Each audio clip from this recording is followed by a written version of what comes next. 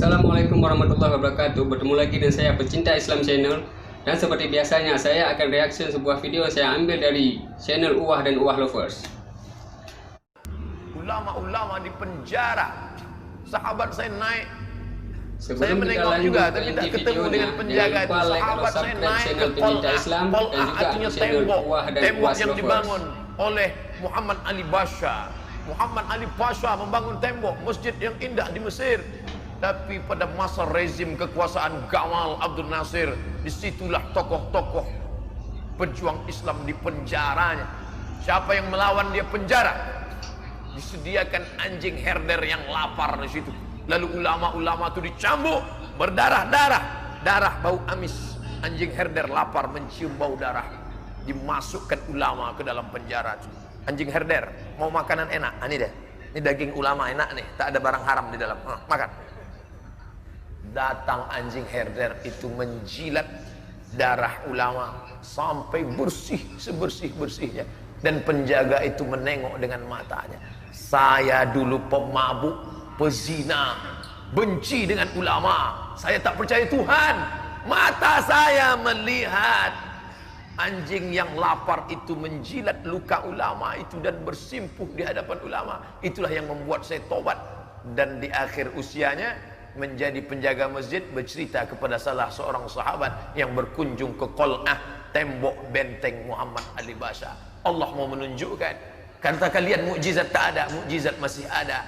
Anjing pun masih bisa membedakan mana ulama, mana perampok, mana penjahat. Tapi hari ini ada manusia yang katanya sudah lulus fit and proper test, tak bisa membedakan mana ulama, mana perampok.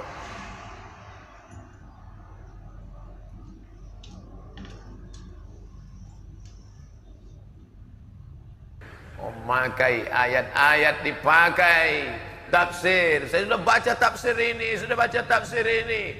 Nabi sudah mengatakan ulama usuk, mereka nanti akan muncul, kata Nabi SAW, yattakhiduna hadzal ilma tijaratan, dijadikannya agama ini sebagai tijarah, barang dagangan. Siapa yang mau beli fatwa ini? Siapa yang mau beli pendapat ini? Saya sudah godokkan ini dari kitab usul fikih, dari kitab fikih, dari qawaidul fikih, dari tafsir klasik, dari tafsir ini. Saya sudah baca, bahasa Arab mantap, balaghah oke, nahunya hebat, menghafalnya mantap. Tapi untuk apa? Yabi'una, mereka jual barang ini karena ada kepentingan di balik itu, simbiosis mutualisme. Ada yang punya barang ingin keuntungan, ada yang punya uang dan ingin memanfaatkan ini. Maka umat Islam yang tidak punya pendidikan hanyut bagaikan kiambang. Kemana air deras, kesanalah dia pergi. Dengan nama ormasnya, dengan nama besarnya, dengan kiai haji, profesor, doktor, dengan nama melambung. Bapak Ibu yang dimuliakan Allah Subhanahu wa taala, kalau sampai kita di zaman itu rasanya sudah, maka balik kepada tuntunan. Betul kata Nabi, man ya'ish ba'di, kalau kalian hidup sesudah aku nanti, fasayara ikhtilafan katsira, kalian akan menengok silang pendapat, bermacam-macam ikhtilafan katsira. Bagaimana nanti kami ya Rasulullah? Alaikum bisunnati, pegang sunnahku, tengok aturan yang sudah aku buat. Wa alaikum bisunnati wa sunnatil khulafa'ir rasyidin min ba'di wa sunnatil khulafa'ir rasyidin al mahdiyyin min ba'di. Ikut sunnahku, ikut sunnah khulafa'ir rasyidin yang memberikan jalan pencerahan. Dengan jalan itu kalian bisa membedakan mana yang benar, mana yang salah, mana bengkok, mana lurus, mana hitam, mana putih. Abdu 'alaiha bin namajiz. Kalau kalian sudah dapat, gigit pakai gigi geraham. Petir menyambar, kilat nampak, tapi dia tak akan lepas. Kenapa? Karena kalian sudah mengetahui kebenaran. La yadurrukum man dhalla idza tadaitum. Orang yang sesat tak akan dapat menyesatkan kalian. Dengan syarat apa? Idza tadaitum, kalau kalian tahu jalan. Kalau kalian tahu jalan, maka tak ada satupun yang dapat menyesatkan kalian. Tapi kalau kalian tak tahu jalan, banyak super taksi yang akan membuat kalian mutar-mutar. Super taksi jangan tersinggung. Tak semuanya jahat, tapi ada juga yang yang membuat orang mutar-mutar. hanya ingin menaikkan argo supaya terus berputar. Ribhan li anfusihim, untuk keuntungan semata. Mereka mencari keuntungan dengan fatwa-fatwa, pendapat, ayat, dalil-dalil, diobok-obok, dikacau-kacau, dicampur-campur, mix macam-macam. Yang penting dapat keuntungan. Untuk siapa? Li anfusihim, untuk diri, untuk keluarga, untuk anak, untuk ini, rumah mau berubah, kendaraan mau diganti, ormas mau besar, mau bangun sekretariat, untuk ke depan, untuk ini, yashtaruna bi ayatillah, dijual ayat-ayat Allah, dijual fatwa-fatwa agama Allah, thamanan qalila, dengan harga yang sedikit. Kalau datang ulama yang lurus, yang istiqamah, memberikan nasihat, kenapa kalian jual agama ini dengan harga yang sedikit? Sampai hati kalian menjual fatwa ulama ini dengan harga sedikit. Sampai hati kalian menjual agama ini dengan harga yang sedikit. Pak Kiai, kalau 500 ribu itu sedikit, tapi kalau 500 juta itu tak sedikit Pak Kiai. Makna kata Allah thamanan qalila, harga sedikit, bukan 500 juta, bukan 5 miliar. Makna sedikit kalau dibandingkan akhirat beserta isinya. Dunia ini sedikit, berapapun kau dapat dari jurkam-jurkam pencari dunia itu sedikit, tak ada apa-apanya dengan kenikmatan akhirat. Ambil ujung telunjukmu, kau celupkan ke dalam air. Jangan khawatir, saya akan minumnya nanti. Kau masukkan ujung telunjukmu ke dalam, lalu kemudian kau tengok berapa. Itulah dunia. Itulah dunia, yang satu tetes itu. Yang satu tetes itulah dunia. Sedangkan akhirat mana? Samudra yang luas. Maka kalau kau dapat, kau cuma dapat setetes itu saja. Untuk membakai memusuh muka pun tak bisa. Apa yang kau dapatkan? Cuma setetes. Falyanzur bima yarji'. Celupkan tanganmu ke dalam lautan, fil yammi, dalam laut samudra, lalu kemudian kau tarik ke atas, tengoklah, maka lihatlah yang satu tetes. Falyanzur bima yarji', tengok apa yang naik ke atas, itulah dia. Sementara akhirat sudah kau tinggalkan. Berapa banyak orang yang ditipu dengan tipu yang luar biasa. Wa makaru, mereka berbuat makar. Wa makarallah, Allah balas dengan makar. Wallahu khairul makirin, Allah paling pandai membuat makar, tipu daya. Tapi dia juga sadar. Kenapa? Karena memang azab itu sebentar lagi. Innallaha la yumli lizalim, Allah sengaja mengulur pada orang yang zalim itu, mempermainkan umat, mempermainkan agama, mempermainkan fatwa, mempermainkan ayat. Innallaha la yumli, diulur Allah, diulur hatta idza akhadahu, sampai masanya nanti Allah menghukum, lam yuflithu, tak disisakannya walau sedikit pun. Berapa contoh yang memain-mainkan ayat. Innal ladzina amanu, orang yang beriman, wal ladzina hadu, orang Yahudi, wan nasara, orang Nasrani, was-sabiin, orang yang menyembah bintang. Man amana, karena mereka beriman, wa amila salihan, beramal saleh, la khaufun alaihim wa la hum yahzanun. Dipelintir ayat ini. Yahudi benar, Nasrani benar, penyembah pokok kayu benar, yang penting orangnya baik, yang penting orangnya sopan, masalah akidahmu tidak perlu ditanya, yang penting gak ganggu orang, yang penting gak ngerusak orang, maka dia akan masuk surga semuanya.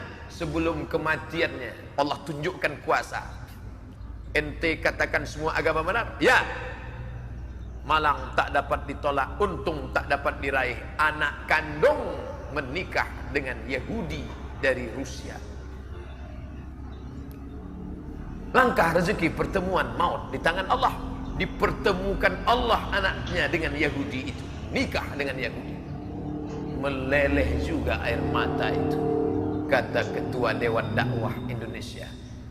Saya melihat sendiri, kata Ketua Dewan Dakwah, tokoh besar kita itu yang dulu selalu mengatakan ceramah di mana-mana, semua agama benar, semua agama benar.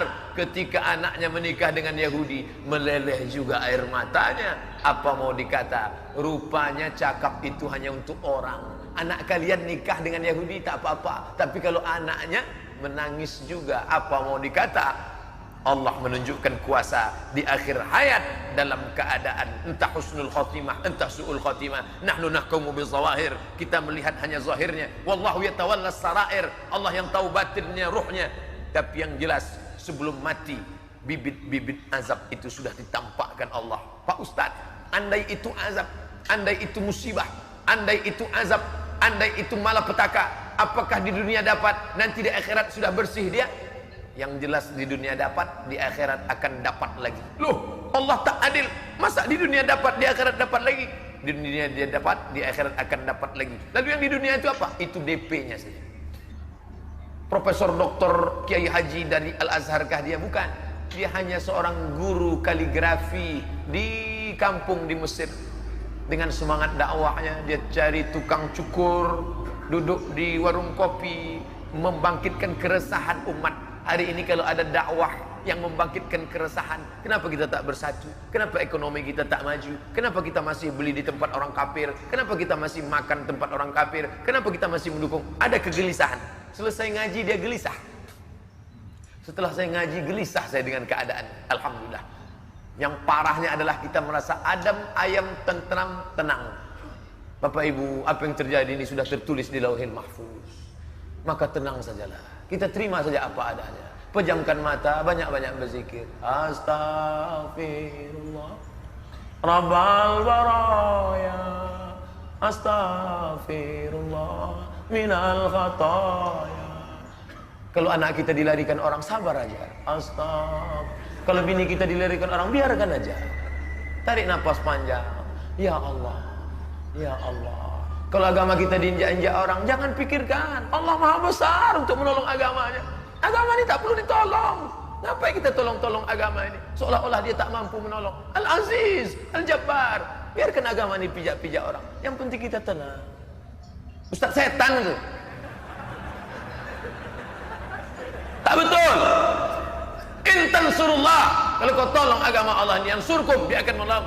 Bisabis aqdamakum. Ulama-ulama di penjara. Sahabat saya naik, saya menengok juga tapi tak ketemu dengan penjaga itu. Sahabat saya naik ke Qal'ah. Qal'ah artinya tembok. Tembok yang dibangun oleh Muhammad Ali Pasha. Muhammad Ali Pasha membangun tembok masjid yang indah di Mesir. Tapi pada masa rezim kekuasaan Gamal Abdul Nasir, disitulah tokoh-tokoh pejuang Islam di penjaranya. Siapa yang melawan dia penjara. Disediakan anjing herder yang lapar di situ. Lalu ulama-ulama itu dicambuk, berdarah-darah, darah bau amis. Anjing herder lapar mencium bau darah. Dimasukkan ulama ke dalam penjara. Anjing herder mau makanan enak, ini deh. Ini daging ulama enak nih, tak ada barang haram di dalam. Makan. Datang anjing herder itu menjilat darah ulama sampai bersih sebersih-bersihnya. Dan penjaga itu menengok dengan matanya. Saya dulu pemabuk, pezina, benci dengan ulama. Saya tak percaya Tuhan. Mata saya melihat anjing yang lapar itu menjilat luka ulama itu dan bersimpuh di hadapan ulama. Itulah yang membuat saya tobat. Dan di akhir usianya menjadi penjaga masjid, bercerita kepada salah seorang sahabat yang berkunjung ke Qal'ah, tembok benteng Muhammad Ali Pasha. Allah mau menunjukkan, kata kalian mukjizat tak ada, mukjizat masih ada. Anjing pun masih bisa membedakan mana ulama, mana perampok, mana penjahat. Tapi hari ini ada manusia yang katanya sudah lulus fit and proper test, tak bisa membedakan mana ulama, mana perampok. Tak tahu dia mana yang mesti ditangkap, mana yang mesti dilepaskan. Makin panjang ceramah ini, makin banyak orang marah dan makin jauh kita dari waktu sholat isyraq. Sudah masuk jam 6.30. Mari kita laksanakan solat isyraq 2 rakaat. Terima kasih. Mohon maaf atas segala kesilapan. Subhanakallahumma wa bihamdika asyhadu an la ilaha illa anta astaghfiruka wa atubu ilaik. Wassalamualaikum warahmatullahi wabarakatuh. Begitulah saudara-saudara. Terserah mau ngambil dunia yang sedikit atau menunggu akhirat yang kekal abadi. Itulah dunia. Fakta dan kenyataan inilah yang terjadi saat ini. Jangan lupa like dan subscribe channel Pecinta Islam dan juga untuk channel Uwah dan Uwas Lovers. Assalamualaikum warahmatullahi wabarakatuh.